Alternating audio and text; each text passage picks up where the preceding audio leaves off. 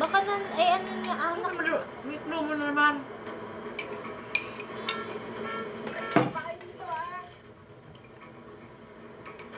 Baka anak niya ngayon. Ba't parang naging tugong-tong parang mo, pretty? Oh my God, diba? Gusto para tayo isang flatters dito sa loob. Kurak ate, parang may gera sa laban.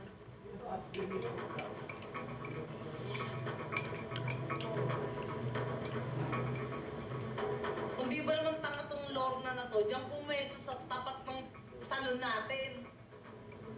Pakahayop talaga, nananadya eh. Eh bakit pinayagan niya? Di ba bawal magtinda dyan sa daan? Buraot kasi ang hayop na yan. Ano ba yan? Bakit may ganyan sa harap ng parlor nyo? Hihikain ako dyan eh. Tingnan ko. Ano, pretty? Ayusin mo to. Tapos ako, bago ako, nangangamit mo ka. Diba? Mama Dolong, huwag kang mag-alala. Kakausapin ko na lang na lumipat sa kabilang kanto yung hayop na yan para matapos na to. Pasensya na ho kayo ha.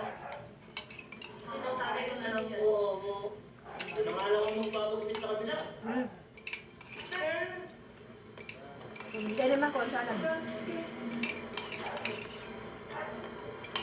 Bilang po yan Ano? Yung wow. Ayun na. Tiba-tiba ka! Aba, syempre naman, Kapitana. Ang ganda kaya ng pwestong binigay mo sa akin. Sige, pero kung kakalimutan, babayaran mo, pinagunan ko dyan. At saka siguradong makakaipon ako agad ito pampiyansa kay Hector. Kung ganito lagi benta ko, no?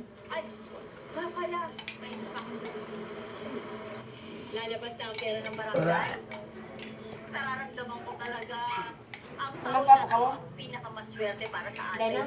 Naku, Kapitana. Alam mo, isa lang ibig sabihin niyan. Malakas pa rin talaga tayo kay Lord. Adan mo? alam mo, talagang sabi sila sa mga Na. sa gigilid Buk ng mo na. Tingnan mo. Diba?